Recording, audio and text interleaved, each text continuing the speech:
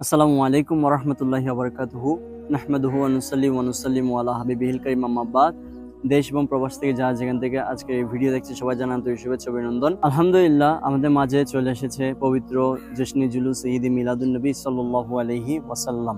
জশ্নে জুলুস ঈদ মিলাদুন নবী আমাদের চট্টগ্রামে 53তম এবার ইনশাআল্লাহ অনুষ্ঠিত হবে। জশ্নে জুলুস সম্বন্ধে আমি কিছু ধারণা দিব এবং আমাদের কিছু মানুষের কিছু বক্তব্য রয়েছে, সেগুলো আমি উন্মোচন করব এবং তাদেরকে কিছু জবাব দেওয়ার জন্য আসছি। আমি কোরআন হাদিসের রেফারেন্স দিব একটা দুইটা, এবং পাশাপাশি নিজের বিবেক থেকে কিছু প্রশ্ন তুলে ধরবো তাদের জন্য, পাশাপাশি এবং নিজেদের লজিক, আমরা যে লজিক দেখাই, লজিক কিছু দেওয়ার চেষ্টা করব ইনশাল্লাহ আজ্জাওয়াজাল।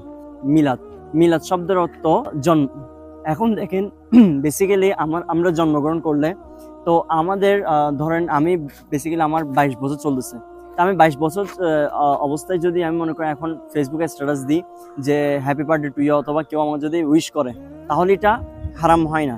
দ্বিতীয়ত, আমরা যে কেক কিনে আনি 1 পাউন্ডের অথবা 2 পাউন্ডের অথবা 5 পাউন্ডের অথবা 10 পাউন্ডের, ওই কেকটা কাটার সময় কোনো হারাম হয় না, বেসিক্যালি এটা বলতেছি। দ্বিতীয়ত, আমরা যে জন্মদিন উপলক্ষে কোথাও ঘুরতে গেলে, সি বিচ, এদিকে ফয়েজ লেক অথবা ওইদিকে ক্যাফে 24 নয়তো সি ওয়ার্ল্ডে ঘুরতে গেলে, তখন এটা হারাম হয় না। হারাম তখনই হয় যখন আমরা জশ্নে জুলুস ঈদে মিলাদুন্নবী উদযাপনের জন্য আমরা যখন ঢাকায় রওনা হয়, তখন হারাম হয়ে যায়। পাশাপাশি আমরা তখন হারাম হয়ে যায় যখন আমরা জশ্নে জুলুস ঈদে মিলাদুন্নবী চট্টগ্রামে উদযাপন করার জন্য আমরা র্যালিতে অংশগ্রহণ করি, তখন হারাম হয়ে যায়।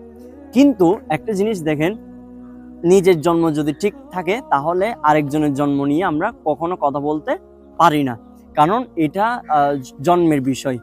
হযরত রাসূলুল্লাহ পাক সাল্লাল্লাহু আলাইহি ওয়াসাল্লাম যিনি দুনিয়াতে না আসলে আমরা কেউ এই দুনিয়াতে আসতাম না।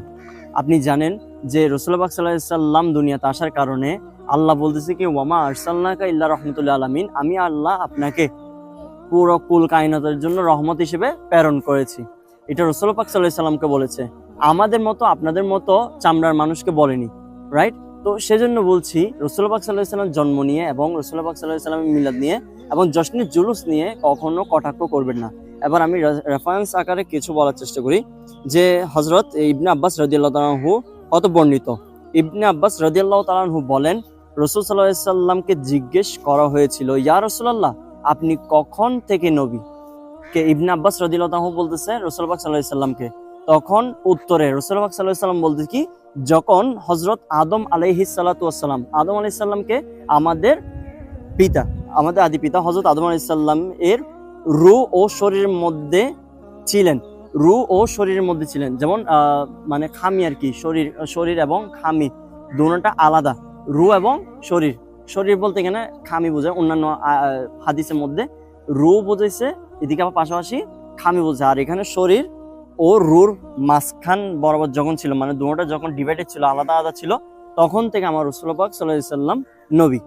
এবার আরেকটা হাদিস দেখায় যে হযরত আবু হুরায়রা রাদিয়াল্লাহু তাআলা হতে বর্ণিত, তিনি বলেন, সাহাবায়ে কেরাম আরজ করলেন, ইয়া রাসূলুল্লাহ, আপনার নবুয়ত কখন থেকে নির্ধারিত ছিল?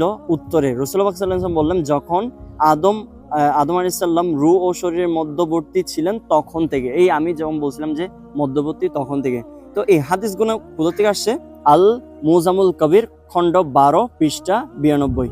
এটা হচ্ছে যে আমি আপনাদেরকে তিরমিজি শরীফের হাদিসে বলতেছি, এরকম করে আরো অন্যান্য হাদিসের মধ্যে আছে। তারপর দ্বিতীয় নাম্বার হাদিস যেটা, ওইটা বলছিলাম ইবনে কাসির রাদিয়াল্লাহু তাআলা, উনি আল বিদায়া ওয়ান নিহায়া, আল বিদায়া ওয়ান নিহায়া, যেটা ফাজিলের মধ্যে পড়ানো হয় ইনশাআল্লাহ আমার জানা মতে, খণ্ড 2 পৃষ্ঠা 321। তো এরকম হাদিসের মধ্যে আছে।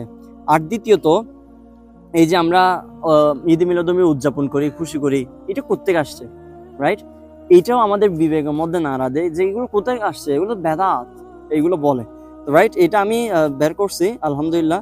তো এটা হচ্ছে আল্লাহ বলছে, যে বলতেছে কি, হে নবী কুল, হে নবী আপনি বলুন, এইসব কিছু আল্লাহর দয়া ও রহমতের কারণে হয়েছে, সুতরাং তাদের উচিত যেন খুশি উদযাপন করে, এটি তারা যা অর্জন করেছে তার চেয়ে অনেক উত্তম। এখন এটা কোথায় আছে?